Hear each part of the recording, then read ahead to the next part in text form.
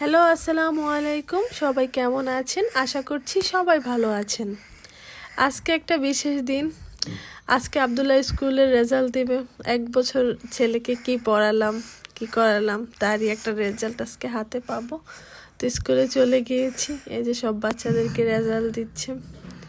সবাই মাশাল্লাহ ভালো রেজাল্ট করেছে। আমার ছেলেও মাশাল্লাহ অনেক ভালো রেজাল্ট করেছে। তো এই যে আব্দুল্লাহকে ডেকে স্যার তার রেজাল্ট দিচ্ছিল। তো আমার ছেলের থেকে আমি একটু বেশি এক্সাইটেড ছিলাম, কারণ ছেলে কি পেলো, আশা ছিল যে ভালো রেজাল্টই করবে আমার ছেলে। তো সে 1 বছর পার হয়ে গেল দেখতে দেখতেই, সে এখন নতুন ক্লাসে উঠে যাবে। তো স্যার তার রেজাল্ট কার্ড তাকে এখন দিচ্ছে তার হাতে।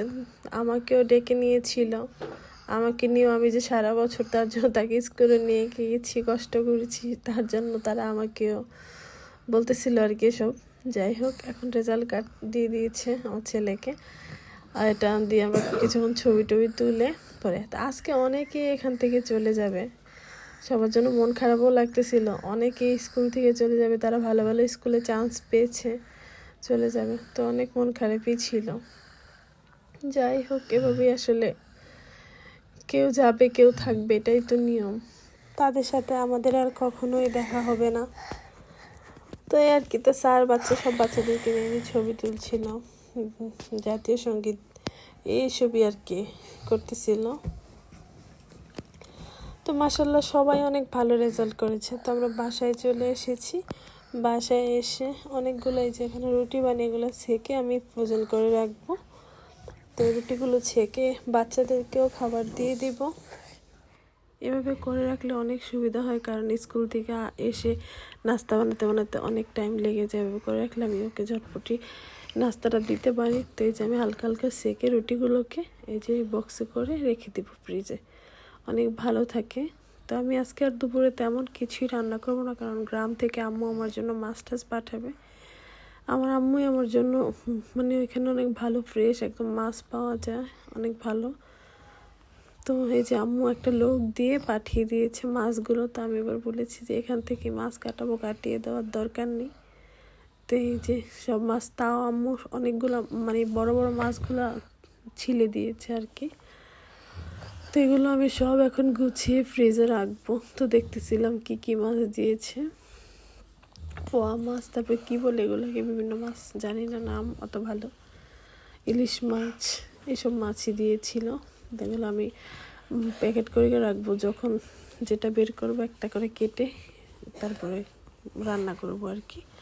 তো আমি এগুলো ভালো প্যাকেটে রেখে দিচ্ছিলাম, যেন ফ্রিজে আসলে ভালোভাবে প্যাকেট করে মাছগুলো রাখলে অনেক ভালো, মানে গন্ধ হয় না মাছগুলোতে। তো এখানে আরও অনেক মাছই দিয়েছে, পাবদা মাছ, কাসকি মাছ, ছোট চিংড়ি মাছ ভর্তা বা বড়া খাওয়ার জন্য। তো আসলে এসব ফ্রিজের জিনিস আনলে অনেক ওজন হয়ে যায়। যে লোকটা এনেছে, আম্মু আমাকে ডিম দেওয়ার কথা ছিল, ডিম দিতে পারিনি, তো আমার অনেক মন খারাপ। এখানে দুধও ঢুকিয়ে দিয়েছে আবার 1 কেজির মতো আবদুল্লার জন্য। আবদুল্লাহ পছন্দ করে গরুর দুধ, সে কাউ মিল্ক খায়। এখানে এই যে একটা হাঁস পুরো ক্লিন করে দিয়েছে। তো এগুলো সব ফ্রিজে উঠিয়ে রেখে ক্লিন করে নিজে ফ্রেশ হয়ে নিয়েছি। তো সন্ধ্যাবেলা আমার শাশুড়ি মা এসেছে, আমি এখানে আলুর দম তারপর নুডলস এগুলো রান্না করতেছিলাম, সন্ধ্যার নাস্তা আর কি, এগুলো বানাচ্ছি।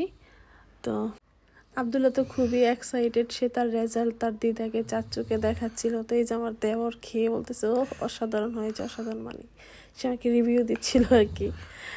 যাই হোক, তো আমি তাদেরকে রাত্রে খাবার খেয়ে যাওয়ার জন্য বলছিলাম, তো তাদের জন্য আমি রান্না টান্না করছিলাম। তো এখানে কিছু কিছু ভিডিও করেছি, অনেকগুলোই, আবার ইলিশ মাছ রান্না করেছিলাম, ওগুলো ভিডিও করা হয়নি। তো আজকে এই পর্যন্তই। সবাই ভালো থাকবেন, সুস্থ থাকবেন, আমাদের জন্য দোয়া করবেন। আল্লাহ হাফেজ।